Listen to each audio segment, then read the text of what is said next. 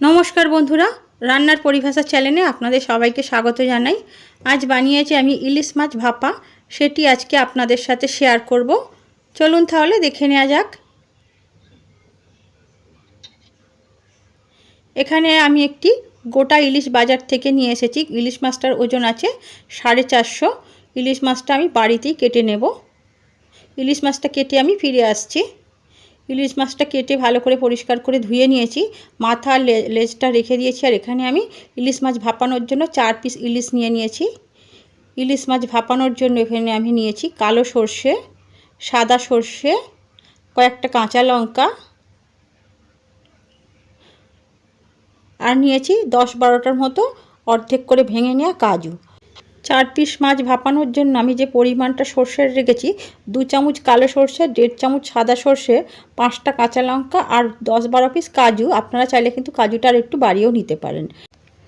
এবারে আমি মশলাটা শিলে ভালো করে বেটে নিয়ে ফিরে আসছি। আপনারা চাইলে কিন্তু এই মশলাগুলো মিক্সিতেও বাটতে পারেন। এখানে আমি সর্ষে ইলিশ ভাপানোর জন্য একটি টিফিন বক্স নিয়েছি। প্রথমেই আমি টিফিন বক্সের মধ্যে দিয়ে দিলাম সর্ষে কাঁচা লঙ্কা বাটা, দিয়ে দিলাম কাজু বাটা,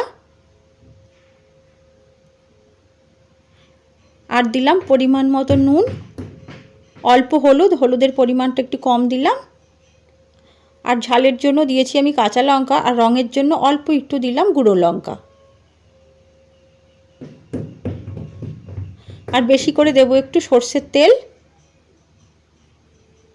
সর্ষের তেলটা দিয়ে খুব ভালো করে এই চামচ দিয়ে সব মশলা একসাথে ফেটিয়ে নেব।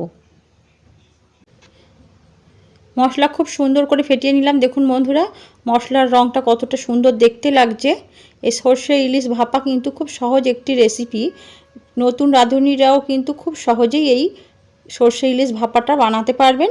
খুবই সহজ একটি রেসিপি, খুব কম সময়ের মধ্যেই হয়ে যায়।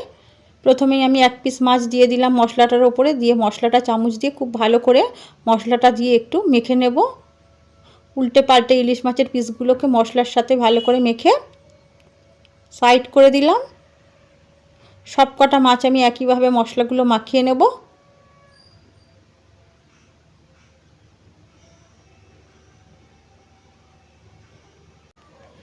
সব মাছগুলো আমি একইভাবে মশলা মাখিয়ে নিলাম। দেখুন বন্ধুরা, ইলিশ মাছটা মনে হচ্ছে যেন এখনই ভাপানো হয়ে গিয়েছে।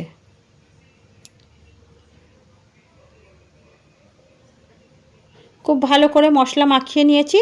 এবার আমি উপর থেকে দিয়ে দেব কিছুটা সর্ষের তেল। ইলিশ মাছ ভাপানোতে কিন্তু একটু কাঁচা সর্ষের তেল না দিলে কিন্তু আসল ইলিশ মাছের ভাপার স্বাদটা আসে না। আর উপর থেকে দিয়ে দেব আমি কয়েকটা কাঁচা লঙ্কা। ব্যাস, মাছ ভাপানোর জন্য একদম রেডি হয়ে গিয়েছে। এবারে এই মাছটা মেখে আমি 10 মিনিট রেস্টে রাখবো। 10 মিনিট পরে আমি জলের মধ্যে ভাপা দিয়ে দেবো। ঢাকাটা বন্ধ দিয়ে দিলাম, দিয়ে আমি 10 মিনিট এইভাবে রেখে দেব।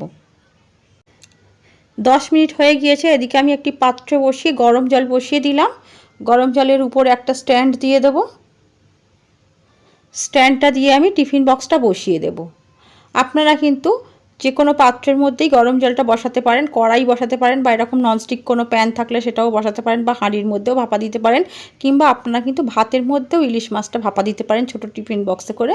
এত বড় টিফিন বক্স হলে কিন্তু হয়তো ভাতে ঢুকবে না।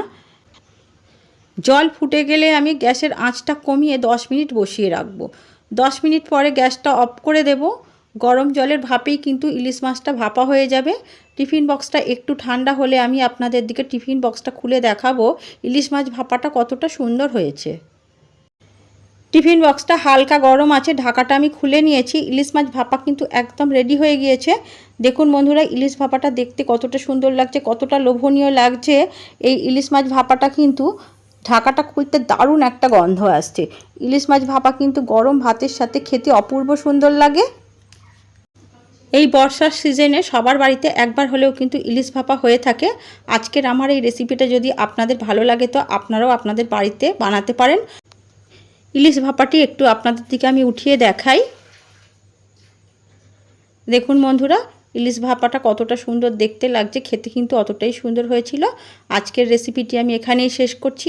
আবারও দেখা হবে অন্য কোনো রেসিপিতে, নতুন কোনো ভিডিও নিয়ে চলে আসব। আপনারা সবাই খুব ভালো থাকবেন, সাবধানে থাকবেন।